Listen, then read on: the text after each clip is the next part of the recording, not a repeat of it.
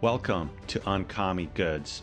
The pandemic of 2020 exposed America's reliance on Chinese-made goods. Not only were we short on critical life-saving equipment, much of it from China ended up being defective. We were caught with our face masks down. They played us. Why is America handing out production of critical goods to China, and what can we do about it? Here on UnCommie Goods, we expose the nefarious misdeeds of the Chinese government: prison labor, suppression of human rights, theft of intellectual property, imperialist actions towards other nations. The list goes on. Let's hit them where it hurts. Stop buying goods made in China. And it's not all doom and gloom over here. This show celebrates the makers of UnCommie Goods, the stuff made right here in America, maybe even in your own backyard. Meet the people behind small American businesses, learn the secrets of their success, and how buying American goods supports innovation, local communities, jobs, and economic opportunity. And I'll even crack a few jokes while we're at it. Let's make it in America. I'm your host, Lars. This is UnCommie Goods. Hi, welcome to episode 31 of UnCommie Goods, Homeschooled, Sweet Home. So normally at UnCommie Goods, I talk about like American-made products, like physical, tangible products, something you can buy from a small business, an artisan, either locally or, it gets shipped to you or you can hold it, right? You buy it and you use it. Well, this is the first time I'm interviewing a business that offers a service. So maybe I'll change the show to UnCommie Goods and Services. And, typically I shied away from, talking, people wanted to talk to me that were like general contractors or they owned a small business like local. And I'm like, yeah, okay, it's an American small business, but it wasn't really that compelling because, it's a hair salon, a plumber, cool, honorable professions. But this one excited me. I am very excited to welcome Chris and Katie Corbett of Spotlight on Home. It's a service and a resource, including an awesome podcast that I've been enjoying that helps families start homeschooling their children. And I can't think of a more important good than a well-educated, healthy, happy children. And, what makes homeschooling an uncommie service in my book is that it's local, it's in your own home, and it's decoupled from some decision-making process or entity that's, you have no insight to, and that's, not transparent. So I love what Chris and Katie are doing. They're a great podcast, and I can't wait to get started. So Katie and Chris, welcome to the show. Hey, hi, how are you? Thanks for having us. This is so much fun. Yeah. Oh, my pleasure. And, I didn't tell you guys this earlier, but I actually was a teacher. I saw that I was reading about you. I saw that you did? I think I read it in your, I don't know, maybe your bio. Me? I don't know. I found, okay, cool. You were a teacher. I was like, oh, I wonder if how's this going to go? We didn't know. Yeah. Pushback is a regular thing. Let's bring it, Lars. Yeah. So I was a little bit like kind of an outsider because I was a substitute teacher for about a year and a half at a private school. So I didn't have like my whole career and life vested in it. Mm. And at the same time, I loved it. It was the best job I ever had. It didn't pay very well. And I think private schools pay a lot less than public schools because they don't have the juicy tax dollars. But it was one of the most rewarding experiences of my life. And I thought I had a, natural ability to teach the children and sort of make it more interesting than just kind of, regurgitating stuff in the lesson plan. I try to spice it up. And so I've had an affinity for people that are passionate about teaching and, want to help shape the future of America's children, teaching them how to think as opposed to like what to think, which I think is it's a very important point. Yeah. And right. Because you see a lot, and my friends that have, children in public schools are like, I can't believe what they're teaching them these days. And so I might be jumping ahead. So Chris and Katie, what made you decide to homeschool your children? Well, you said it. You can't believe what they're teaching. And I went to private grammar school and private high school. But I found, I know she was about to say it because we've said it a few times. Yeah. I was the first one that made kind of the offer to homeschool. Yeah. Really? And I was like, no. No. Yeah. They could go. I went to public school and I wasn't interested in them going because I knew what it was like, and it's only gotten worse. But he went to private school, but he had a negative experience too. Yeah. So when we started having kids, I'm like, I don't know if I'm that crunchy to homeschool. I'm not really an earth muffin. I kind of like the idea of someone else being responsible for this. Like, let's just do a private school, a nice community. And we did for a couple of years, but then we have 8 kids. So the more kids we were having, we're like, this is getting really expensive. Right. And so, I was a stay-at-home mom, and I'm like, let me research it for a year and just like see if this is legit, because I didn't want to be responsible for messing them up. I was really worried about that. I was like, I don't know if I want that burden of like, what if I don't do it right? And then I've got like these kids that have like these problems and don't know how to function in society. Like, that was really my biggest concern. So I'm like, I'm just take a year and research it, and I'll make my decision at the end of that year. And he was good enough to be like, that's fine. Like, go ahead. Yeah, we already had the 2 little young oldest ones in private school. Yeah, but we just saw the bill was going to be in the thousands and thousands. Fantastic. We lived in New Jersey at the time. It was outrageous there. I saw in private schools, they tried very, very hard to mimic public school pressures and things like that. I was a poor student. The school that I went to, they cared about 2 things, football and grades. I couldn't do either one of those. So I was really treated poorly. I was, sort of Untermensch. I just, they wouldn't consider me for anything. Punishments were heavier for the undesirables, and we didn't have a lot of money. They were very financially driven. So it made it very difficult. I had a very bad taste in my mouth for that. It was superior in certain morals. I can't take that away. And the push for excellence, but they, much like public school, cookie cutter style. If you didn't fit the mold, you got left behind, sometimes literally and sometimes sort of figuratively. So, a big fear for her is more that, not that you couldn't, but it's weird. Yeah, I'm kind of like, and she doesn't do weird well. I was nervous. Like, we are Christians, right? But we're like first generation Christians, and I didn't know anybody who homeschooled, who lived differently than, like, I was like a New Jersey girl from the suburbs. Like, that was kind of my reality. You don't like, do homeschool. I don't know about that. Right? Yeah, I was like, let's wait on this. But the more research I did, the more confident I became, and then I would get my hands on some of the curriculum, just so I could research it, and they would tell you exactly what you needed to say in bold letters. And they would tell you, okay, you take this math manipulative and then you put it with this and you have the student do this and you explain it like this. And then just, ask them if they understand it, have them show it back. And like, that was the lesson. I'm like, oh, I could do this. Like, I could literally save my family thousands of dollars a year and do this. And then they'd have time. We wouldn't be spending it on homework. We could be like learning hobbies and having interests and traveling places and learning how to cook and just be more together. And then Fridays, the meltdowns wouldn't happen when they'd come home from school and be exhausted. And, there was just like the more I learned, the scale started to tip, and I'm like, okay, I think I could do this. And so we just did it. And that was 11 years ago. And we just started, and I never looked back. And I'll tell you, we've graduated 2 kids so far. One's in a university. One does an online interior decorating course.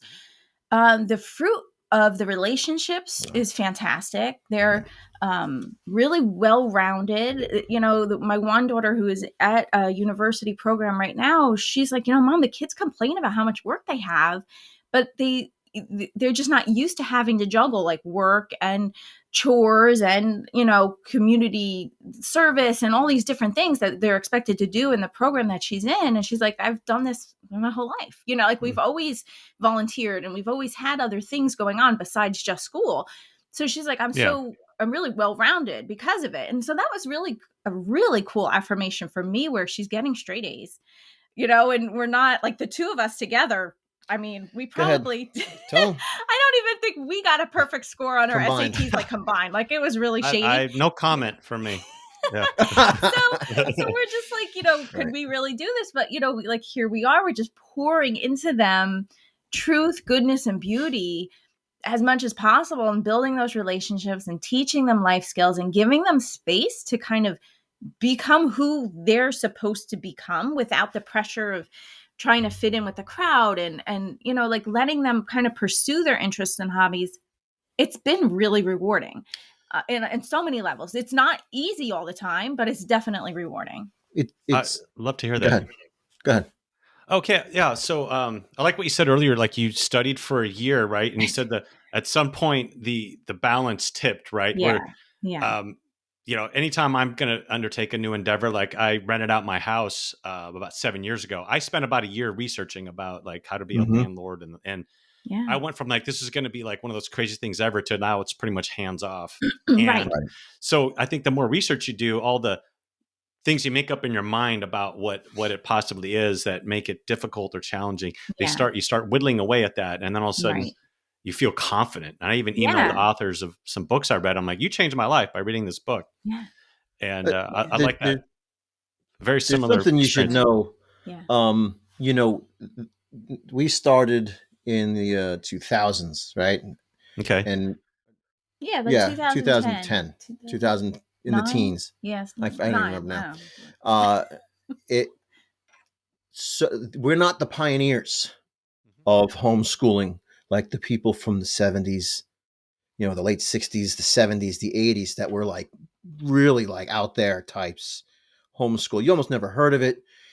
They found legal loopholes to find, you know, they really plowed through to make what we can take advantage of. Now there were no curriculums for you and for me to buy. They did it. And after 10, 12, 15, 20 years of doing it, they packaged it up. Yeah. And they sell it to you and me. And actually now the biggest challenge is there's so much on the market. You could kind of get overload. I can imagine. What do I pick? What's right? Now, what I like is you could say, like with the rental, it got to the point now where it's hands off. You can get computerized programs. You can sit your kid down. The whole thing is on the computer. It spits out tests. It spits out progress reports. It'll write some states. Every state's a little different. We have a lot of accountability to our state. Yeah, Pennsylvania is like the hardest one in the country. But at the same time, a homeschool education does get the Pennsylvania GED equivalency because they have so much overwatch on what you do that they give you their diploma, a Pennsylvania diploma. Okay, wow, that's great. Yeah. And at the same time, you get to add your own flavor while you're educating them. You get to subtract some negative flavors. You know, that's kind of one of the more important points. Yeah. Gotcha. It reminds me of that Neapolitan ice cream. You know, you get the 3 flavors, and you of course eat the chocolate first and leave the other 2. That's right. That's right, Lars. 3 containers with the strawberry section still in it, right? Yeah. Yes. Awesome. So I remember like years ago talking with a friend who actually was a school teacher. Then he I think he ran some sort of exhibit thing at like a museum, and I was hanging out there with him, and he's like, "Oh, look," and I forget because this was in Australia, so he had some sort of somewhat derogatory nickname. Oh, those are the homeschool kids. We can just tell, and we call them the homie schoolies or whatever. Yeah, I don't know. I call them homeschool weirdos. Yeah, homeschool weirdos. Maybe. I do. Yeah. Well, I Wait, let him finish. Go ahead. I'm sorry. Oh, no problem. You know, one of the things I think most people think about, like, well, these kids are going to be weird because they're not around a bunch of other kids. Right. That was my biggest concern. Yeah. Mm-hmm. And then, you know, I think we kind of came to the conclusion, like, if you're going to just be weird, you'll probably be weird and picked on in public school, or you're going to be weird and just be allowed to be weird being homeschooled. You know, and I just think, like, the definition of socialization is learning how to act appropriately in social situations.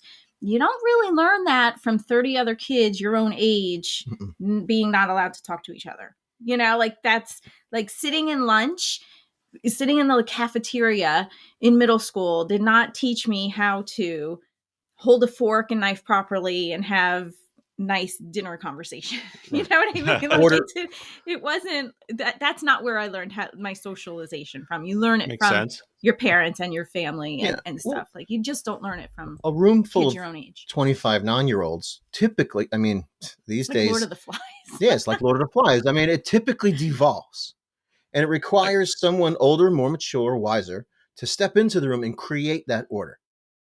There is very little lateral. I mean, you learn how to tolerate a punishment maybe from your friends, but that is not order. That is not crafting someone into something. I jokingly call them weirdo because I understand what people are getting at, but I also understand why are they weird? Just because maybe they talk a little funny? No, they're weird because they are not exposed to a lot of the same things that these other kids are exposed to. And we're from New Jersey, New York region where it's a lot of violence, a lot of bullying, a lot of inappropriate, sexually oriented topics that are going on, and things like that. And, at the homeschool co-ops, there's such high guard. Sometimes it's almost over the top, well, the boys and the girls, watch out. I'm like, listen, we're not dead here, but there's, if you don't have a line in the sand where right and wrong is, you'll never know how far out of line you're getting. And when you're homeschooled, there's a lot more concern for that line, where if we send them out to public schools, or even private schools where the line in the sand is very blurry, very hard to tell. You don't know that, and no one seems to tell you that you're wrong anymore for anything, or that there's a caution in certain behaviors, that the line just keeps going further and further. You said something very important earlier. You enjoyed the craft of teaching. Oh, I and there loved are it. awesome teachers out there for that. But that is not what the schools are requiring of people. They teach them the test. That actually all started back with Bush with No Child Left Behind. Of course, I can see that. Yeah, that whole thing, teach them the test, because our numbers were in the tank compared to other countries. So we needed our numbers up. And they started teaching the test, not teaching how to think. They started teaching what to think, what to write down, where the answer goes, and that's it. Where, unfortunately, what you said is actually what we're looking for, but there's not enough of it out there. Or you'd have to order private tutors for everything, and that's just not practical feasible for most people. Yeah. No, I can see that. Yeah, teaching to the test. I guess that would sort of narrow the parameters of educating them. Less holistic and more like numbers driven. And I'm sure the tests are, somewhat beneficial, but I think, does it leave them less well-rounded? Yeah. And because I think about, like, you ever see those school, like you see like a little segment about like school children in France, and like they make a big deal out of eating lunch. Yeah. Like it's almost like an elective where, you sit there, this is how you eat, and like you behave. And, I haven't been to an elementary school recently, but I can imagine it's not like that, where it's just like, I mean, the food itself is pretty bad. Yeah, right. Well, that's another topic altogether. Part of my research too was, with okay, can I school them and educate them in the way that I really want them to just be thinkers? And one of the main things I was so shocked about was like really the public school system, the age segregation, the way they have it set up.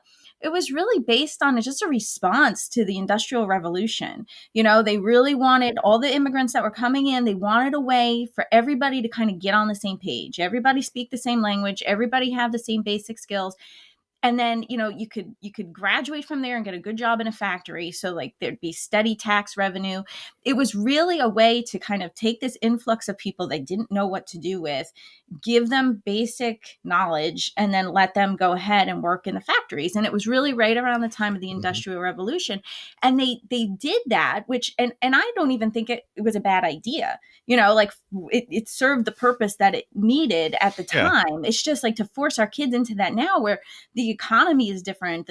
The workplace is different. Like, it's just not that model. It doesn't work anymore, but you're still forcing these kids to sit there. I mean, like, they even set up the day, 8-hour days, sitting in a chair. So like you learn how to take your coffee break, right? Like you'll be allowed to use the bathroom when you can. You'll eat lunch when we tell you. You'll go home. You'll have your weekends. Like, you're already being programmed for that 40-hour work week as a factory worker. And, just recite to me what I told you so I know you can do the work or whatever. And then, go through these steps and you'll graduate. And they actually got the format for that from Prussia.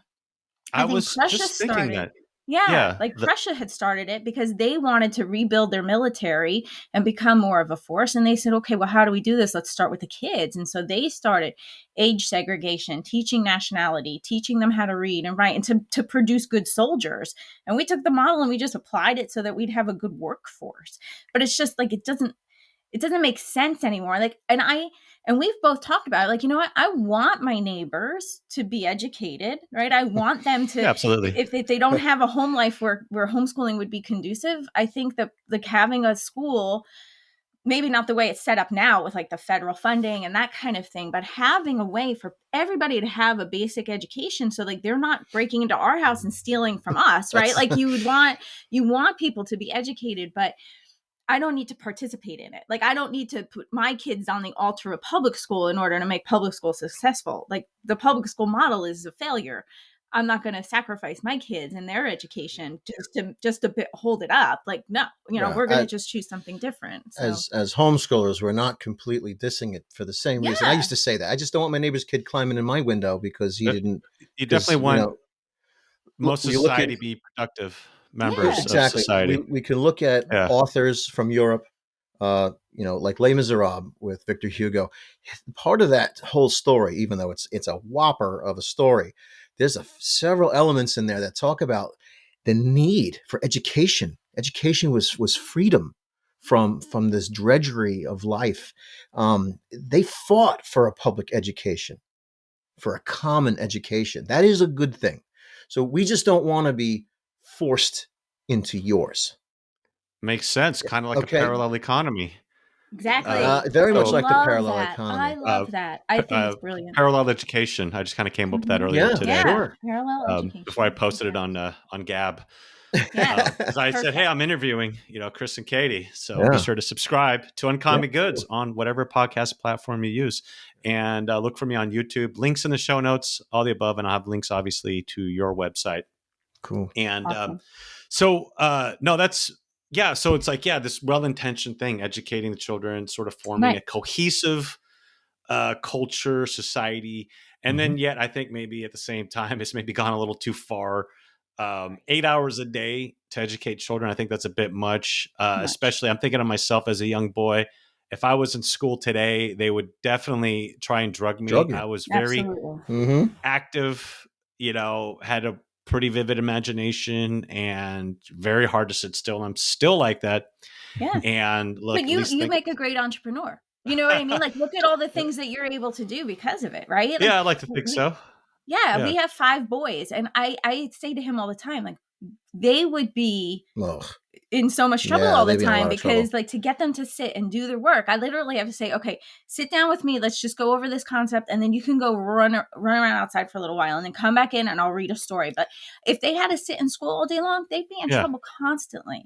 Absolutely. And without a doubt, they were not meant to, sit still for 6 to 8 hours a day and recess keeps getting cut. That's I didn't even know that. And so, it's just great to be able to go burn off a few calories or energy and do that. So you mentioned earlier that, the state of Pennsylvania has pretty good guidelines and they give you the material for homeschooling. So, what about the kids, say you want them to go to college. Don't you need to go to an accredited educational school, like a public school, in order to get into college? No. No. It's so funny so the kids aren't weird and they can get into college? I know. Isn't this mind-blowing? Okay. This is, so it's interesting because accreditation is very, like there's different categories you can, like even schools, sometimes they just like lose their accreditation, but like they still operate. People still graduate from them. Like it's almost just this term they kind of either deem or they take away. Like it just, I only it's recently so learned this. Yeah. And I read something about, we were trying to get something for, I'm in a union in New York City, and they have a scholarship program, and they said, you got to go to an accredited, like the only university. Like I'm like, well, and I'm looking at the accreditation, and one of them was expired from the school. And they had another one from something. So I'm like, who are these organizations and why are they? And really all they're doing is checking off their boxes. Yeah. And sometimes the accreditations are like, do you have, this many different varieties of books in your library? It like that's literally like what the standard is. And it's you just say, so sure, arbitrary. Sure. Yeah, it's so crazy. You do, don't lie. But yeah. So with Pennsylvania though, so what they do, they don't give you like the curriculum. They'll what they want you to do is just like you have to sign an affidavit that's notarized saying like I will teach them for 180 days. I feel personally like, New Jersey, believe it or not, is a totally green light state. You can homeschool. You don't have to tell anybody anything. We're not in New coming. Jersey. You hang up. You don't even need to tell them that. Like you just never do it, So in Pennsylvania, like every year you have to submit an affidavit. These are the kids. These are their grades. This is, these are my objectives. I feel it's very commie, like I hate it, personally. They're it involved. Really bothers me. But, and then at the end of the year, we have to sit down with a licensed teacher that we get to choose in the state of Pennsylvania. And we put together a portfolio, which is just samples of our work that we've done all year long. The books we've read, the field trips we've taken, that kind of stuff, like basically a kind of like overview or glimpse of our year with samples of work. And then they look through that and they might chat with the kids and then they'll sign like, yes, learning has taken place. And then we have to submit that to the school, the school district that we're in. But the cool thing is like at the end of the school, time when the child is, they've done all the requirements for high school, you can just print a diploma out, have the evaluator sign it. And it's like the equivalent of a public school high school diploma. So our daughter is going to a college in Pennsylvania. They're like, oh, we just need to see, your homeschool transcripts, which is our evaluator took care of that for us. And then just a diploma. It wasn't an issue. Like there was no, this isn't good enough. Like it was just like, okay, cool. Thank you. Like, I think it's so mainstream now that it's not even an issue. Like it really isn't. As long as you are actually educating your children and you can kind of show that you are. And like, yes, these are the classes they took, especially in high school. These are the classes they took. This is how long, you assign a credit to them, a credit hour. There's even correspondence schools where you could submit their work if you wanted and you can get a diploma from them and they're accredited, with like, with a different name, like the East Coast Academy of High Schoolers or something. I don't know, but like, I love it. There's so many like different ways you can go through all of this that it feels so intimidating. Like before where you're like, the more I learn the scales tip, like a confused mind will always say no. Right. But like the more you kind of get into the waters of it and it's like, oh, okay, this is really silly. I worried about this. And there's like, this is a nothing burger. Right. These are one of those like urban legends, like, oh, you won't get into a college. Like, no, it's not true. And actually colleges will seek after homeschoolers because homeschoolers tend to be more rounded than traditionally schooled kids because they have more margin in their lives. They have time for interests and hobbies and pursuits, and they're not just stuck at home doing 8 hours of schoolwork, coming home, have dinner, and then having to fill in the rest of the time with more homework. Like they have time to, like, I don't know if you ever pay attention, but like the national spelling bees, there were parents that were actually complaining that homeschoolers had an edge and an extra advantage because they had time in their day to practice the spelling. But like the kids that were homeschooled just loved spelling. They found the whatever it was about the spelling bees really awesome. And so it wasn't a big deal to them to study the words and kind of get into it. They were kind of interested in it, and it was really like a natural way for them to learn. So yes, in a way they did have like this unfair advantage because they had time to pursue an interest and hobby, so maybe it's horseback riding, or maybe it's, skiing and sledding that you can go do during the school day when everybody else is kind of in school. Like you have time to kind of pursue and chase after interests that might come up. A quick way to look at it here. I have ham radios. Yes. I'm actually thinking about getting arrows. Some ham and bow and arrow. These are, just traditional bows and arrows. Yeah. Those are our gym classes. Then we watch stuff and we read about it, and then maybe we'll make them. You can pursue so much more. I mean, we know, we've seen that a lot of the public or standard, I don't even want to just call it public school, a lot of the school's day is busy work because the parents feel if you're not working this much time, you're not learning anything. No, that is like one of the furthest things from the truth. And let's say you have a child who has a natural knack for basic arithmetic. And, you're like any hiking group, the group only goes as fast as the weakest hiker. If you got kids in the class that just aren't going to move forward very quickly, and your kid is really good, they're going to get bored. And then they'll be accused. Then there'll be like trouble. Or something like that. Now we have what the hell? Carson's gonna. He's 6. He's 6. We have a 6-year-old, and he's doing 3rd grade math. He's like a really smart little guy. Like I don't know where he gets it from. He really picked it up. Recessive genes. No, he's not making it up because it's on the computer. Yeah, but it's doing it for us. And he's so good at it. He's upsetting his 9-year-old brother, who's in 3rd grade. Like I could see that. He feels it's not fair. Why is he getting? And sometimes better grades, and I'm not going to slow him down. That would be unjust. Yeah. And it's a great lesson. And, everyone has different strengths, and maybe the 9-year-old is better at something else. Yes. Very kinesthetic. That's one of those things. My friends, so where I grew up, the high school I went to is like the same one that like Steve Jobs and Steve Wozniak went to. So like a very good educational, and a lot of my peers, local Bay Area, San Francisco Bay Area schools. And now their children, because I'm in my late 40s, their children are high school age. They, some of them are under so much stress and peer competition that they self-harm because of, you got a 99 instead of 100. And whereas I'm like, I got a C+. Right. And I was happy to get it. Take off on my skateboard all day. So it's interesting to see where that competitive element comes in. And, I guess maybe no environment's immune from that. Sure. But then you have supervision over that conflict, is lack of a better word, but, that issue. And you can maybe guide them through that. But what you're saying now earlier, like the kids have time to, learn the spelling bee, they can play with ham radios, archery. I think you're going 180 on me, and the homeschool kids are not the weird kids. They're actually the cool kids. Right. The public school kids are the weird, stuck in there all day, forced to rote learn things. Right. And, they fidget too much, and they get tranquilized, pharmaceutically. Well, communism does stuff like that. It does. It does. Anyone who thinks outside the box is, quelled. Yeah.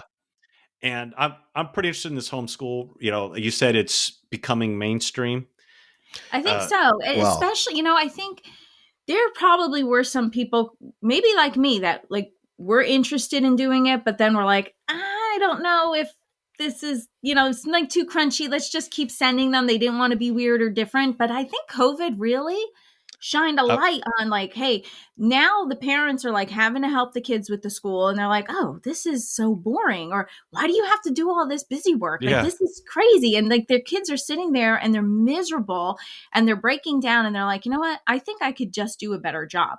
As a mom, you've taught your child the English language just by living life. You've taught your child how to use the bathroom. You've taught your child how to walk. Like you can just do the next thing. And if you don't know it, there's a resource out there that you can either get for free, or there's a company that has made it, like there's no reason to feel like, oh, I don't know how to do this. Like I this is just not for me. It's like you had enough love, like whatever love and affection and whatever that motivation was, like to teach your kid how to be potty trained, like that you just apply that same devotion to their education and you will be successful no matter what, because it's coming from a place of love and for you want to launch them well. Right. And so you'll do what you need to do, and you don't have to do it all at once. You just take it like, okay, I'm going to just do this for the next day. And then we're just going to do this for the next day. And then you don't have to let it get away from you and be overwhelming. You can just like, okay, we're just going to do this for the next week. And let's just see what happens. And there's so many families now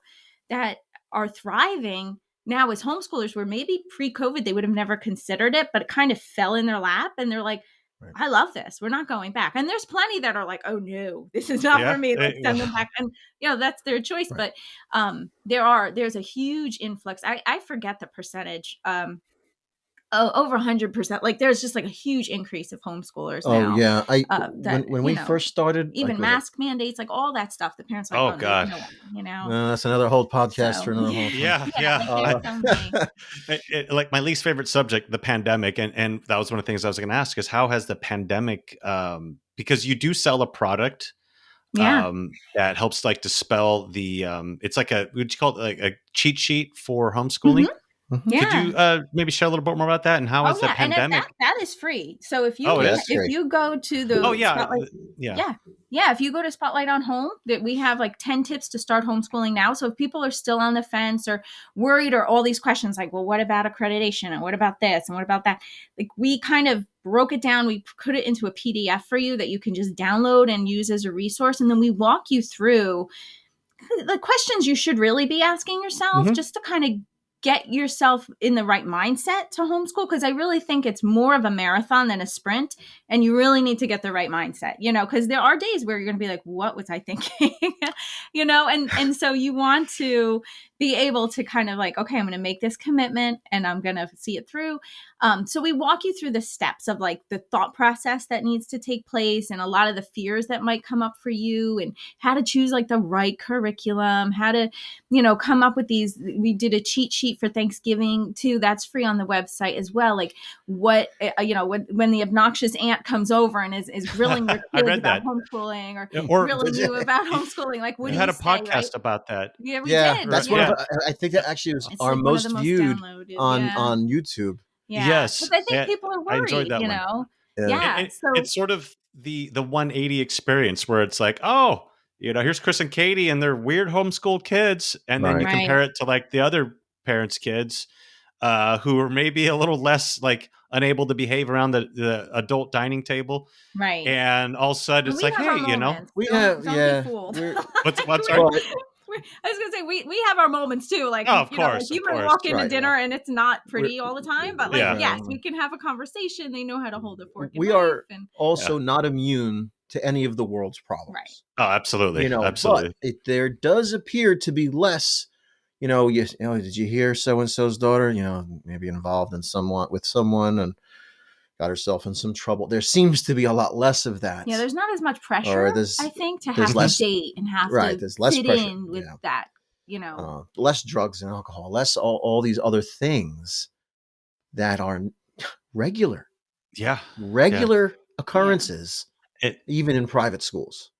A little less, but it was all there. I was exposed to every negative thing that you would typically be exposed to in a public school, but just a little less. Yeah. But I think the luxury too of homeschooling is you're able to be a bit of a better gatekeeper for I believe it. Yeah.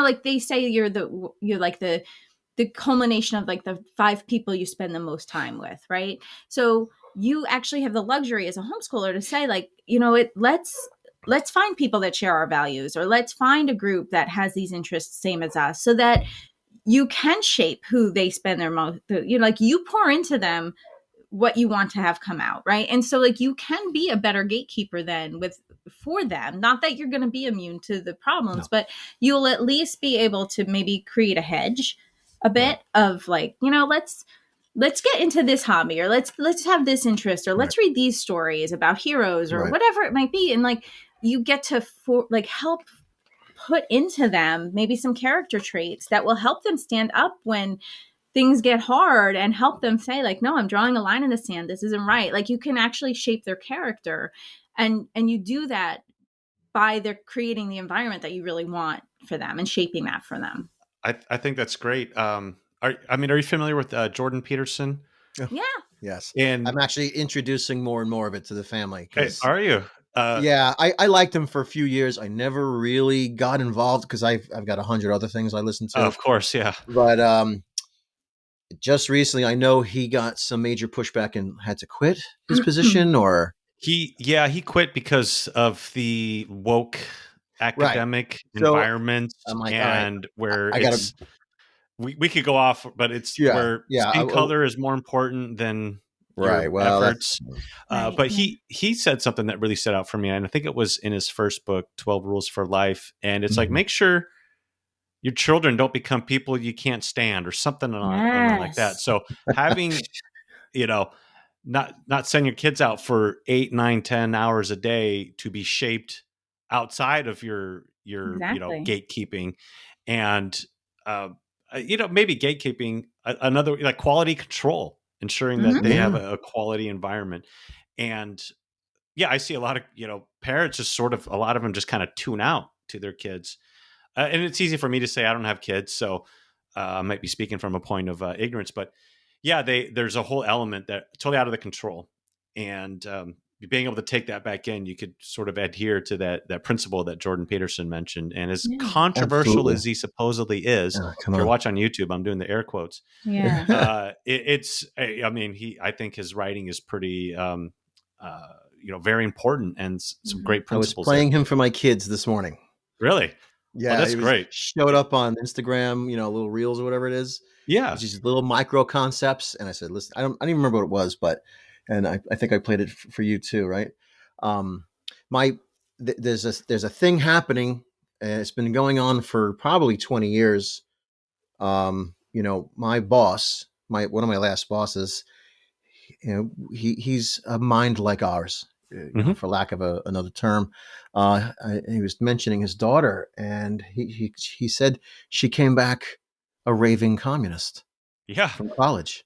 Oh yeah, and and he's like, I love her, but she's intolerable.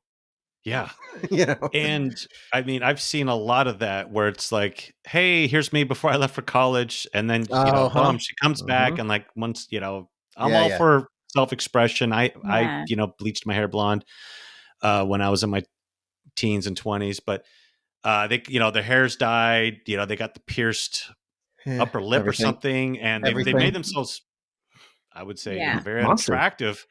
And then they have these communist beliefs, socialism, and they're broken, and they're taught to hate their own upbringing and their parents' belief system. Well, that's evolution. That's the result of evolution teaching. Because if your kid thinks that they're the 2.0 version of you, you're obsolete. And your grandparents, they don't even bother with. And we could go on another whole tangent on something like that. But one thing that stood out earlier, you had that 6-year-old who is like a burgeoning math genius. He's probably better at it than I am. So when you're teaching a subject and say it's getting a little more advanced, and you're like, hey, I couldn't do the Pythagorean theorem in high school. Right. Well, what do you do? Like, what, outsource. The kids, the outsourcing. Yeah. So, anything like so for example, when we do a weekly co-op, they go for fine arts. So they get like the yearbook committee, they do the plays, they take music classes, they're playing instruments. I don't even know how to read music. I can't even draw a stick figure. Like, I have no talent, So, like for that, I wanted them to have that. I wanted them to be cultured and appreciate great art. And, we study artists, we study composers in our morning time routine and that kind of thing, because I didn't know any of that. Like, I'm learning with them because I was never introduced to any of this. And so I wanted them to have the experience of being in a co-op. And that's actually where their social outlet is. They've made some really great friends. They've taken lots of different classes for that. But, while they're there, I'll make sure they take like a writing class, or when they're in high school, they'll take a writing class with a teacher that knows how to, score papers. So like when it comes time for college, they know how to create an MLA research paper or a APA one, or whatever, whatever it is that they're going to need to have like those skills for college. Okay. I could do it. I have a master's degree. So like I could teach them that, but I'd rather like hand it off. Have someone else do that. Same with math. When they got to algebra 2 and, like the higher maths and stuff, again, I hired a local college, actually a college graduate who was like a math teacher that was looking for extra money. They just got out of college and they were happy to teach high school math. Like to them, it was like, oh, this is awesome. Pay me $20 for 30 minutes. Okay. Summer gas money, Go ahead, so there's always a solution for whatever problem like you come up against. If you don't know it, or barter with other moms. I can't tell you how many moms like at the co-ops, and there's dads there too, but like how many moms there are like doctors or psychologists, or, like they're very well educated women that want to homeschool or there's actually a lot of teachers that homeschool too. And so we'll trade off like, oh, I teach this subject, or I know this, or this is my area of expertise. And like, okay, well, I know I'm a really great cook. And, my master's degree is in health. So I would teach, health and wellness classes and nutrition classes and that kind of thing. And then they would teach anatomy and physiology. And you know what I mean? So it was like, we had this, this great community of people that were brilliant, and there was no lack. And then wherever there was a gap or something, we just filled it. We found a way to hire a fill teacher. It. Yeah. Yeah. So that's great. Cause I would think, maybe a mental barrier is like, I got to do this all myself. No, maybe get the curriculum. When you let go of that, this gets a lot easier. Right. All right. I'm already more relaxed knowing that you can my shoulders are less tense there. And no, that's great that you can reach out. And you said even hire other teachers, like teachers. Or tutors, or someone, or barter if money is an issue, or like there's online academies. Our daughter, her senior year last year, she didn't want to do like just the way we had been doing school, which was like do your lesson, we'll check in. She's like, no, I want more interaction. I want to have a teacher. Like she's very social. She's like, I really wanted. So we found an online academy for her to participate in. And, like she got great, like she was like, I want grades and I want them to give me like, I want to always improve. And so that was just her personality.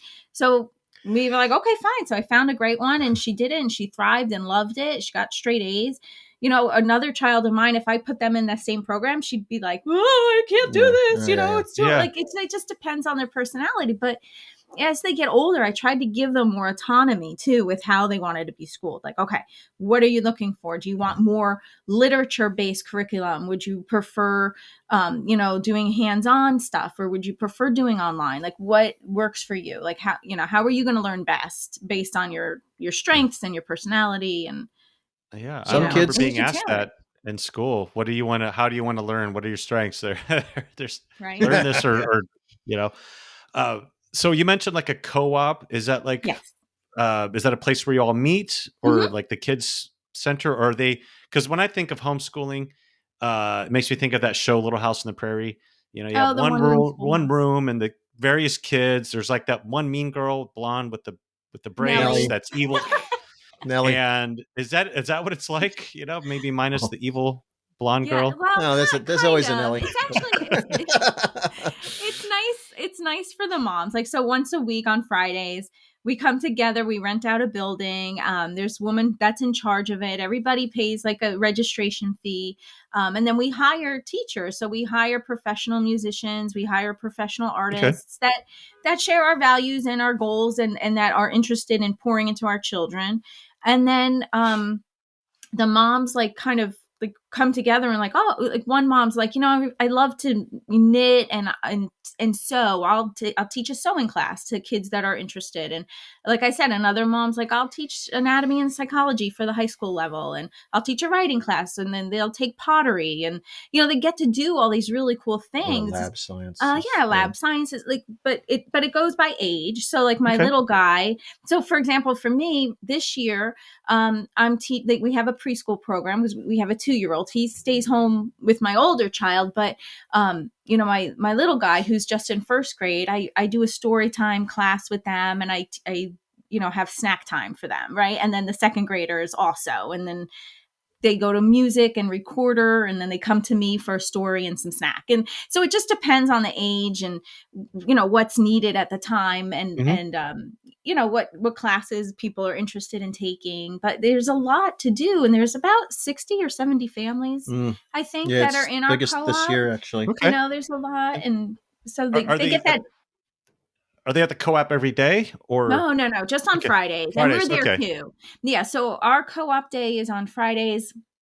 We're just there. I think it ends at like 2:55. So it's a nice kind of way to end the week. Monday through Thursday, we're doing like the 3 R's, and then Friday is kind of like a fun day. They get to see their friends, but they get to take classes that I don't know how. I don't know how to teach pottery. I don't know how to teach recorder or trumpet or art class and painting and acrylics and dance and voice lessons, like all the things that they take. Like I don't know how to do all that, so it's like, it's nice for them, and it gives them a group of friends that they enjoy spending time with. And gotcha.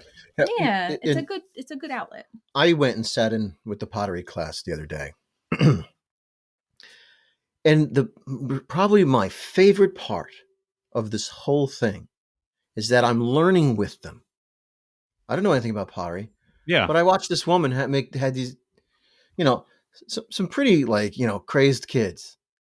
They made cups with handles in 20 minutes.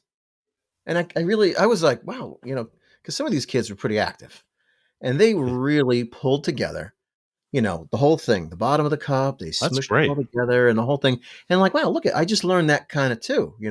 All I got to get is the resources, and I could probably make a few cups and sell them at the end of the driveway or whatever it is. But, at the same time, I'm learning the history with my kids. I'm learning some of the math, not all the math. Podcasts have been a great resource for history and things like that for me, and, assigning them to the kids, or books, audio books. I have a episode that I did for dads that work that can't be around, but still be part of the homeschooling experience. Mm-hmm. Any of the books that they read, if they're available on Audible or some form of audio. I had a very, very long car ride. I spent, maybe 5 hours a day in the car. I could listen to all their books too. Yeah, like I'd give him a list of like, okay, we're going to be reading these books in the next few weeks. If you want to, because if I read them out loud or I assign them to the older kids to read, and then he'll listen to them. Now, my mind has been where their minds have gone also, and I wasn't even with them. So we're having common experience. Yeah, and opportunity to talk about it together too. Yeah, right. Yeah. And then at dinner, it's like, oh, we're at this part of the story, and you know what I mean. And like, oh, guys, did you know this is like a true story? Right. Or whatever. We'll drive by a historic spot and say, oh yeah, remember in such and such a story, right? So and so went through here. Washington went through here. Yeah. We're in Pennsylvania, New Jersey. Yeah. Washington was everywhere. Right. So we come up with these things, and it spawns adult-like conversations with children. And to me, that's really probably one of my favorite parts of the whole experience. I love that because one of those things that has bothered me is when I talk to some of my people I know, their kids, I'm like, hey, do you even know how to talk to people that aren't your mom and dad? Right. You don't have to act all weird. They spouting gibberish. I'm like, I'd love to, I'm curious about you. You're like my friend's child. And they just don't have that ability to hold a conversation. It's not that they're makes me mentally crazy. Challenged. It's just they don't have the practice or the reps. Yeah. Right. I remember I took my kids to their doctor They're banging at the door yeah, now. I saw it. It's like that guy on the news whose kid, I know. We think of that a lot, actually. I was sitting in the waiting room, and a woman come in with a little guy. I don't even remember how old. And the woman and the receptionist knew each other. Oh, hi, all the little introductory talks you'd have when you run into somebody in town. And they're like, oh, is that little Bobby or whatever? And the mother's like, yeah, Bobby, say hi. And the kid he had a game in his hand, and he looked, and he hid behind the mom. I'm like, man, that is like unacceptable. Yeah. I mean, in my day, or even as a little guy, you'd be instructed, if you didn't do it right, you'd be instructed to say, hello, Mr. or Mrs. So-and-so. You offer your hand, a handshake, a nice firm handshake, the whole thing. Well, I mean, if you're just going to spend 10, 12 to 15 years of never doing it, I'm afraid to know what it's going to be like to run into people at the store. Boy. Yeah. It's going to be chaos. Yeah. And, I might be like that old guy yelling from his lawn, but I'm like, even when I meet like a young person, serving coffee and they can't engage in a normal conversation, I'm like, I don't know what happened to you kids. Right. I know that feeling. All that now. The grays. I'm getting a few. I tell my kids, this one's named Jessica, that one's named Joe. But, so, say someone's listening and they're like, "Oh my god, this is awesome! I'm tired of my kid being weird. I want them to be the cool homeschooled kid." Could they just start homeschooling tomorrow? They could. They would want to. So the very, very first thing I do is go to Spotlight on Home. Absolutely. Download the 10 tips to start homeschooling now, because that really is a roadmap, step by step what they should do. But then one thing they would probably want to check out is it varies state by state what you need to do. So if they're already enrolled in school, they need to check. I would go to HSLDA. That stands for Homeschool Legal Defense Association. Gotcha. And they'll tell you by state what your next steps need to be as far as if they are enrolled in school, how to withdraw them. So for example, for us in New Jersey, our children were never, ever enrolled in public school. So when we pulled them out of private school, I didn't have to tell anybody anything because there was, gotcha. They were never enrolled in public school. But if they were enrolled, I would just have to notify them hey, they're not going to be coming back. And that's that, because it is legal. So it's legal in all of the states, but you just need to check and see what the steps are that you need to take in order to make sure you're following the law. So if it was in Pennsylvania, you'd have to just let them know. And then there's a certain amount of time you'd have to submit your affidavit and then your objectives and that kind of thing. So it just varies by state. So you want to make sure that you're following the law. Okay, but it's not hard. Don't let that stop you. Just find out what it is and then just fill out the paperwork. Gotcha. It's not a big deal. Secretary at the school, now thinks you're a horrible human being, and there's pushback. She'll get over it. B, it's your right, and you should know your right, and you can stand with confidence on your rights. Kind of like, you don't talk to the police kind of thing. Yeah. I was wondering about that because I would figure there would be a lot of institutional pushback from the school system and just the way they present, talk about homeschooling, you don't want them to be. In fact, there was something about I think it was in a Democrat ran Twitter page from a school district, and I forget where, it was Michigan or Chicago, and they said parents don't have the responsibility of shaping for their beliefs. It's for the better of society. And I'm like, okay, for the better of society isn't necessarily that bad, but the schools are trying to totally eliminate the parental influence. Right. Yeah, because parents are realizing, I think, but probably because of COVID, it's hey, wait a second, what are you teaching my kid? I thought this was okay, and this is not okay. And they're not, now they're trying to cover their tracks, because I saw what you're referring to, and I believe they took it down. I think they did. Or they backtracked or whatever. But they had to, or they said, these are not our real beliefs, and of course parents play a role. They let out their real beliefs for a second, and then, wait, they're always pushing the line, right? That's how the radicals always do it. They push it, and then they get the pushback, and then they just don't push as much next time, or they squeeze in a little lesser version of their. The belt loosens a little bit each time. That is straight out of the communist playbook for education for kids. Oh, and it's, of course, I'm in sales. It's out of my sales playbook. Hey, we're going to charge you this much. Oh, that's too much. All right, well. Right. Yeah. Don't tell anyone I said never this. Never pay full price, right? But and so it's amazing. They do really let their colors out. And it's so good to see a lot of parents being sane. And even here, I'm in woke California. I'm surrounded by, Silicon Valley, rich people. And even they're starting to just being like, hey, I can't homeschool, but I can pay a teacher who's out of work to homeschool them. And we can have like 8 kids in our backyard. Even the little blonde evil girl with the braids, we'll even let her go. And so we're seeing that a lot more, even from, California's liberal, but, everyone, is liberal for like the well-intentioned reasons. They don't realize how the path of, good intentions is just always leads to, you should see San Francisco. I live in San Francisco, and it's half the city is a complete disaster. Sure. And you got to watch, like when you go out and walk, you have to make sure you don't step any human New York dropping. City is right behind you. Okay. Right behind you. Yeah. I've been there now 23 years. I've been working there.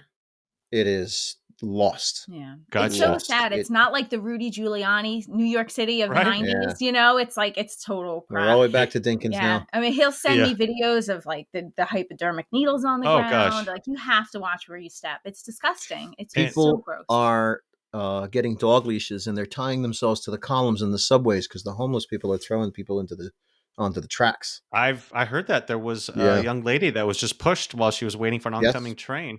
Yep. And that's just terrible. And they're latching themselves to the foundation of the building. Yeah. To avoid that. That's how bad it is. I think about where I used to live in this neighborhood in San Francisco called Hayes Valley. And there was a high school, like an academy. I think it was like an international scole. It was like French, I think. Oh, yeah. So very cool. Like, oh, that's neat. But the light rail stop, like right there, and I happen to use that same light rail stop, but I'm a grown man, I could probably handle seeing very unpleasant. But you people, various states of home, they were definitely homeless, right? But they were either smoking weed or shooting up like right by the station, and these kids are having to walk by it, 8-year-olds. High school kids, high school freshmen, and just seeing this, and I'm like, this is crazy. Right. To be doing absurd. That. And I also think about how, people have children, especially in a very high cost of living area like here. It's like they spend so much energy not only having a job, but also paying someone a living wage to take care of their children as well. That's it too. And to me, that's bonkers. And, I grew up in a very liberal, kind of progressive household, and I ended up okay, I think. But to think of, and I actually, my mom stayed at home, right? To think about the foundation you don't get from your parents if one of them isn't home, shaping you and being a part of it. So, gosh. So I was very curious about, so you mentioned your website, but just for the benefit of our listeners and viewers, how can they find you online? Like you have a podcast, a website. I do believe you do sell a guide as well. I do. I sell it's called the Homeschool Mom Survival Kit. And it's really, I kind of peel back the curtain. Like, this is a glance at our day. This is, how to reduce your anxiety, or, without turning to food or alcohol by Friday, like how do you do it all? Like, how do you also homeschool? Cause it is kind of a full-time job. Right. And do make sure laundry gets done and dinner gets done, and like how do you do it all? Like how do you do it all? Which you don't do it all, but like how do you manage your time? Like how do you like the logistics of homeschooling? And so I called it the Homeschool Mom Survival Kit, and you can find that too if you go to Spotlight on Home. The link is there for that as well. I think that's a great website, Spotlight on Home, where you can get the guide. You sign up for your newsletter as well. I've been getting that. And some of the great podcasts, the one I listened to that inspired a lot of the lines of inquiry, because I had a lot of misconceptions about homeschooling, was that myths of homeschooling episode, and then what to do with the snarky comments from relatives at the holiday table. Yeah, I thought that one was good, probably based on a lot of real life experience. Some, yeah, some. and it was worse when we first started, but now we've been doing it 11 years. There's fruit now, and there's a lot of fruit from the efforts. The kids are pretty cool, that crazy talk has stopped, right? And they're functioning adults. Like they're right. living life and driving cars, and right? They put their pants on just like everybody else. So I think there's a little bit less of like, oh, I don't know if this is a good idea. It's kind of like, oh, okay, well, these guys are just younger versions of them. We've tried to not shelter them so much. Mm-hmm. We know the world is like kind of wacky. Oh yeah. Some people in our circles, the kids have no idea what's going on in the world. I think that's a big mistake. I've been accused of being overly truthful about how kind of messed up things are. Yeah. And I don't want to scare them, but I want them to be aware that the world is not this rosy perfection, please, this rosy life that we are granting you. You got to be ready. This is why. Because look at these people, or look at this time in history. They did this, and the result of their nation was to be destroyed. And then we can look at the news and see, some of us are following the same path. Yeah. So we try to not, because I was raised under a pretty good rock. And when I got out in the world, I was shocked. And I never forget it. One of my first jobs was at a restaurant. And those waitress girls, man, they would shame a trucker with their mouth. Oh, really? And I was blown away. Wow. I thought like no one did drugs. I thought everybody was, nice. And I'm happy for my childhood. I'm not taking that away, but I don't want my kids like, whoa, because I handled it. I handled it okay, but they're my kids. I look at them. I don't want them to be, scared when they finally get to the edge of life, to have to run in head first into everything. Well, just like a plant, like you would harden off a plant, mm-hmm. like you wouldn't just stick a new plant outside, and like you would harden it off over time, and like, okay, this is what's happening. I think we've tried to do that. Yeah, we've tried to teach them critical thinking skills, right. Present them with information about something going on in the world, and be like, well, why is this wrong, or what could be the problems with this? Like, if you play this out long term, what could possibly be wrong with this line of thinking? And like, let them see, like, oh, that is wrong. Like, oh yeah, that wouldn't be a good idea. And let them be able to not just regurgitate what we say either. Like, I want them to be able to think for themselves and, like learn the Socratic method and be able to, understand like, okay, this is the information. This is how we process it. This is, even like, but the news talking about like, they're really pushing certain things, and it's like, well, look who's paying their salaries. Like, so is it actually objective, or is this like, do they have something behind them? Like, I know for me, if I'm putting a post up, I have to let people know, like, okay, I'm an affiliate for these. Like, this is an affiliate post. Like, I need to legally tell people, like, yeah, they are. I get a portion of whatever you buy. Do you know what I mean? But like, the government they should do that too for the local news. Like, absolutely.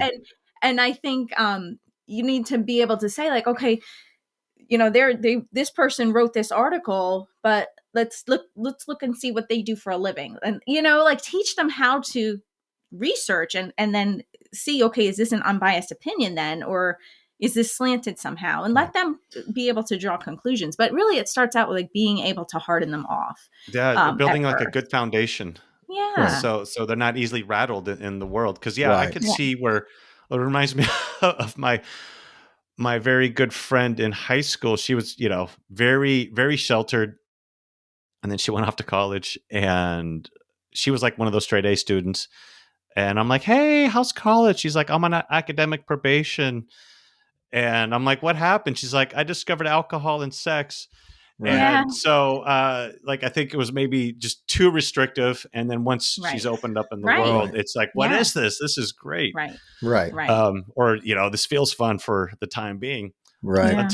Until my whole academic career is on the hook. Yeah. And what was I going to say? Another thing that really stood out is I can't forget what I was thinking about, but really I can't thank you enough for joining me today. Again, if you're watching on YouTube, please subscribe on podcasts. If you're on Apple Podcasts, just give it a 5-star rating and review. It really helps drive this message of buying UnCommie Goods. And of course, UnCommie Services. The most important product we can make is well-educated UnCommie children, because what we're seeing out there, in fact, actually now I know what I want to talk about, is thinking about like the lack of transparency from the school boards. Here in San Francisco, we're actually trying to recall our school board. I don't know if you heard, but they tried to rename all these schools, like all this energy and effort, in the middle of the pandemic, to rename the schools, because like maybe some of them are named after the founding fathers, and how terrible are they? God forbid. And so they're being recalled. And then I have friends that are teachers that are like voting, telling us to vote against the recall. And they're a little bit more, obviously they're biased because their careers are being impacted, because they're saying people, because of homeschooling, and I feel for them because these are good friends of mine. Sure. But because of more homeschooling, their jobs are on the line. Yes. And so I'm just like, well, that's really unfortunate, but it is, look at what someone is doing outside of your control. Right. They're not opening the schools back up. They're doing all this woke stuff that has nothing to do with making the children be able to think, teaching them what to think, and creating these, I guess brainwashed is a proper term. Well, brainwashing is a funny term. We're brainwashing our kids. Exactly. It's all brainwashing. Right. Yeah. Well, what is the goal? What is the product? Yeah. And what is the value of the product at the end of its cycle, at the end of public school versus the end of homeschool? We know for a fact the entrepreneurial spirit is, just sucked right out of a kid in public and most often private schools. So, that's one of the first things. We actually annoy our kids to the point where, they show an interest and like, turn it into a business, Like, I can show you how to do this. Yeah. And they're like, mom, stop. But even our boys, like, the last snowstorm, because we live in the Northeast, like go shovel some driveways, like, go up in the neighborhood and shovel driveways. I'll keep an eye out for you. And they did. They came home with like $150. They felt like kings. I'm like, good job. That's how you do it, boys. Hustle. I'm a grown man. $150 is a lot of money to me too. I take it. Right. I don't own a shovel. It's something else I wanted to touch on earlier. You were talking about, when the news and who sponsors the news and the angles. Right. Also think about like a scientific study. Especially like government ones, where who's sponsoring them? I see something in the background. I love it. That's our son, Christian. I love it. Buddy. Is this the math genius? No, the 9-year-old. 9-year-old. Okay. When you're younger, Mom. Oh, well, you're almost 9. What's up? What happens if you cut off work? See, science time. Cut off what happens if you cut off a wart? I'll tell you, it's very painful. I've experienced that myself. Right. So, for anyone who's not watching, one of their children came in and asked a scientific question. What was the answer? We're going to be pretty bloody, so just wait till we're done here. Wait till we're done. Oh, okay. So I love it. We'll bring out the antiseptic. What happens when you cut off a wart? It's on his leg. Yeah. So a perfect example of homeschooling. Question, a little scientific, a real science, right? A little. Google's your friend. What does this mean? And we can look into it. Boom. But so questioning your sources, right? Especially when it comes to the news. What's the angle? I think about, because I've taken a tremendous interest in my personal nutrition, because I used to be like 40 pounds heavier. Yeah. And so I learned that everything the government tells us about what's healthy to eat is completely wrong. Yeah. And turns out that when the government wants to set out a nutritional study, that isn't like, hey, tell us what happens when you eat like pasta 4 times a day. They say, give us a study that tells us eating pasta 4 times a day is healthy. because it's low in fat, right? It turns out that it's bad for you. Well, that's her other business. Yeah. I have my master's degree in health education, so I teach women how to lose weight for the last time, because same thing. I was, had my 7th baby, 70 pounds overweight. I was like, what is my problem? Like, why can't I figure this out? And so I did a lot of research and finally tweaked it and that got year. it. Yeah, it took a year and another year. It took a year to research. I don't do anything fast. Tiptoed into fair enough. Fair enough. Yeah, it took the year of grace and figured that out too. So, but it reminds me of in the 50s, they did the formula companies for babies. They created all these formulas and they wanted to prove they were superior. And so they they funded all the Nestle studies, funded all these studies to show how great breast milk, or how, superior formula was to breast milk. Because and science. All the studies came out about that. And it's like, you gotta wonder, what is really true, and who's funding the studies, who's doing all this. And then can you believe that you can chemically in a lab make something that nature provides? Right. I mean, that's like a joke. Yeah. We could talk all day about that one too, because there's natural immunities versus things made in a lab, immunities, right? And I think maybe it communicates both ways. I'm no expert on breastfeeding. But you're giving optimal health to your child, and what we've been doing for forever. Right. And it's just amazing that they think they can put, basically sucrose and soybean oil and make it into a powder, and some spraying and some vitamins, and thinking that they can recreate, God's gift to, raising children. I mean, it was the atomic age. Yeah. I mean, exactly. To be honest, we were very proud of ourselves. We just nuked those guys, and we're great cars, and That's true. Yeah, science, we were duped. Yeah. Then, now, whatever.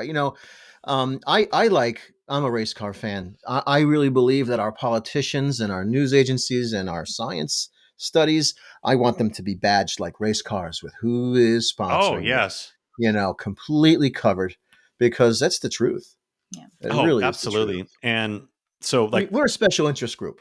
Mm-hmm. I'm not against special interest groups, but you have to be honest, and you can't just lob, hundreds of thousands of dollars, for an unfair advantage. Right. It's got to be based on sense. It's got to be based on critical thinking, and that's gone as far as I can absolutely.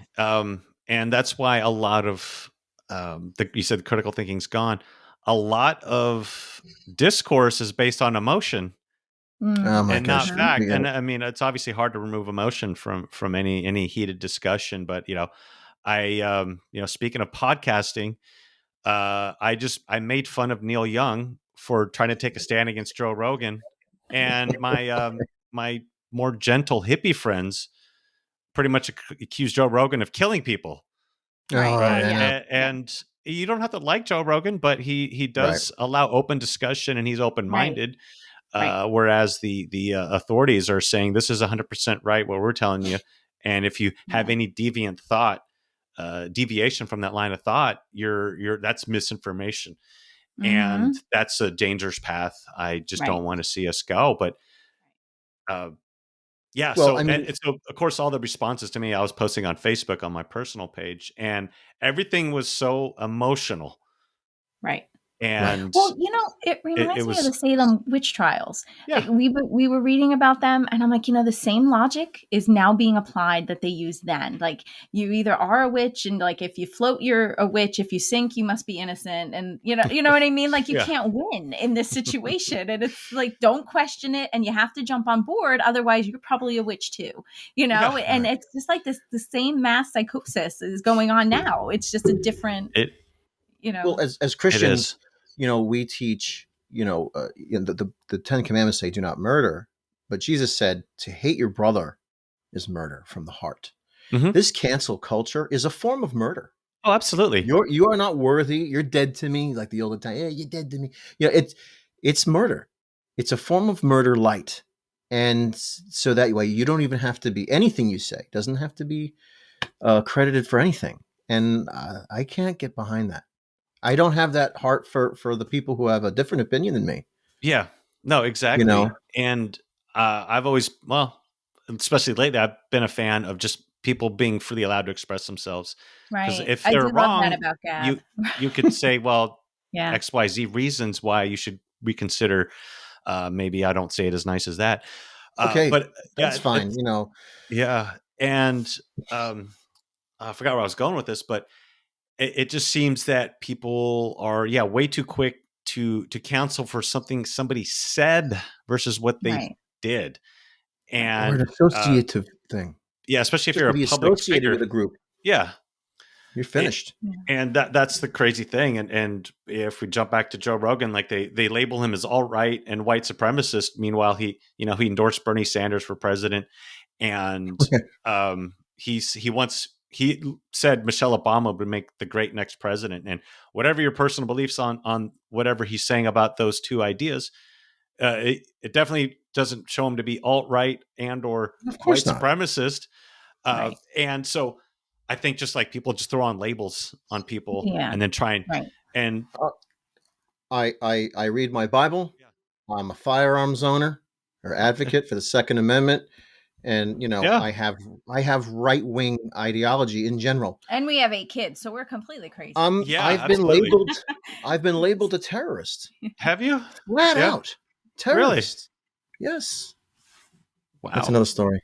Yeah, that's pretty crazy. So yeah, people like even with this convoy in Canada is being labeled racist and white. It's Canada. which is just absolutely absurd.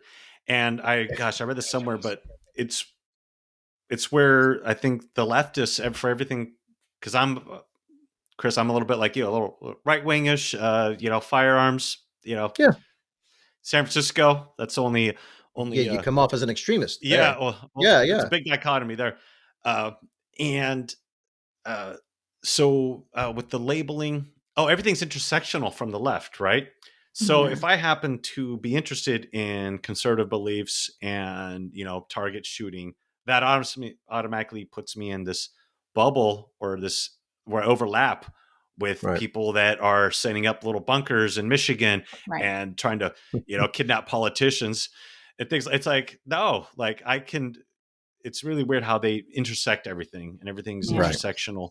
And they try and pull you into this group. And then the second you're forced to defend yourself against these accusations, you're pretty much like in their eyes, you've lost. Right. And because, well, you wouldn't be saying that if you weren't one already. And you're just, so I'd say 95% of the time I don't engage. I might drop a hand grenade on social media and get people upset, but I just, I would stand on the corner of 42nd and Midtown Manhattan with a sweatshirt with an AR-15 and blazing on the back. Yeah. With modern musket. And I mean, the people, they really didn't know what to do with it. Some people had enough guts to say it, but I'll tell you what, there's a bunch of us there too. They're just afraid to say something. They'll whisper, I like your sweater. I don't know why they always called it a sweater. Yeah. It's supposed to be a Manhattan thing, but I like your shirt. I like this. There's a lot. They're there, but they are terrified. There is silent support. In fact, when and I do it a lot less these days, but I used to just stir the pot a little bit. I got it from my dad. He liked to work up the crowd a little bit, and so I'll just say something on social media, and then I'll get the usual. And I love them all. They're my friends. I've known them for 30 years. But I get all that flack. Oh, this, that, this. You're, gosh, you're threatening marginalized people. And I'm like, I did no such thing, all these terrible things. And I'll get all these little text messages from people that don't want to contribute to the discussion, but they're like, yeah, I like what you said. Things like that. So there is a lot of people that just keep quiet. And I keep about 98% of my stuff to myself. Not because I'm extreme, but it's just not worth the energy a lot of times to engage. You only for have me so much personally energy. No, I agree. Well, if you did it all, their emotions would cancel you eventually. Yeah. And I weighed in on some opinions on a recent incident that was in the news involving a young man that successfully defended his life 3 times. And he just joined Gab. Yeah, I saw that. If anyone doesn't know what Gab is, it's gab.com, GAB.com. And it's basically the true legit free speech alternative to Twitter. You basically have to do something illegal to be banned from the platform. Right. Or like a spam bot. The founder is 50 miles north of us. Oh, is he? Okay. Yeah. And so I told people a year ago, I go, he's going to get acquitted. They thought you were nuts. And people I didn't even know were going off on me saying, "Oh, XYZ, I can't believe you know people like this," referring to me. And I'm like, right, yeah. This is back when I don't drink anymore, but I was drinking, so I was posting a little bit tipsy, and so I was trying to be coherent and say, well, based on what it is, and so people get so mad when you're discussing something that's evidence based. Look at the video and what's happening, whereas people prescribe emotions to what happened. They're like, this guy who's a white supremacist crossed state lines with intent to kill. Yeah, they said he was in militias. He was a Proud Boy. He was all these things. Stop. And I think we're kind of going off on a little tangent, but I love it. But this shows what happens when you don't step back to think critically. Right. And I think that's a foundation of and then what a good education is. What happens? Yeah. Now, a year later, or however long it was, this kid is acquitted. Mm-hmm. And because these people had a narrative spoon-fed to them by various alphabet news sources, all anger. I say this 20 times a day. The justice system's broken. No, she had seen as if it worked. All anger is based on failed expectation. All anger in your whole life. You expected one result, you got a different one, and that amount of margin is how angry you are. So now, whether it's January 6th, whether it's Kyle Rittenhouse, whether it's all these other things, and you were told it was one way, and then you find out later it's another.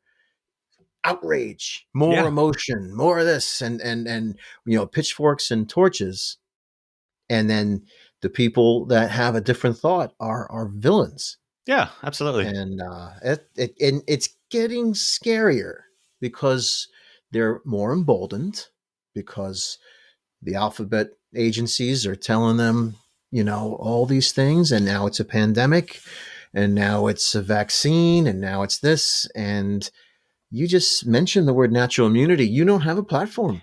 Yeah, it's gone. Exactly. And then I don't even know if it's real. Yeah. But I mean, it's just the fact that they're pushing so hard. And if I say something, I'm crushed like a bug. Well, now I'm suspicious. No, absolutely. Now I'm suspicious. And I want to touch on that a little bit. But like after I engaged with this group on Facebook, I got so stressed out. Because I'm like, they're going to come after me now. So I went to like LinkedIn and made myself anonymous because I'm like, I just can't deal with like the whatever they're going to try and do to me. I'm like, I don't want them to know like where I work or anything. And, but yeah, you're talking about natural immunity. There are people out there that believe you can't do anything to improve your natural immunity. So in the past 2 years, they didn't like learn to exercise. They didn't eat healthier. In fact, they probably ate worse. They kept putting on, what is that stuff that is really bad? Antibacterial, whatever. That's that lotion. Disinfectants. Yeah. The whatever, the hand sanitizer. Yeah. Right. It's got a chemical called triclosan. Shannon Torr, who was on the previous episode, Torr Salon Products, he talked about how bad, him and I personally, he talked about how bad the triclosan is for your body. And so people are convinced you can't do anything to improve your own health to beat. Whereas I'm out there trying to get sun every day. You probably don't think that because I'm so pale.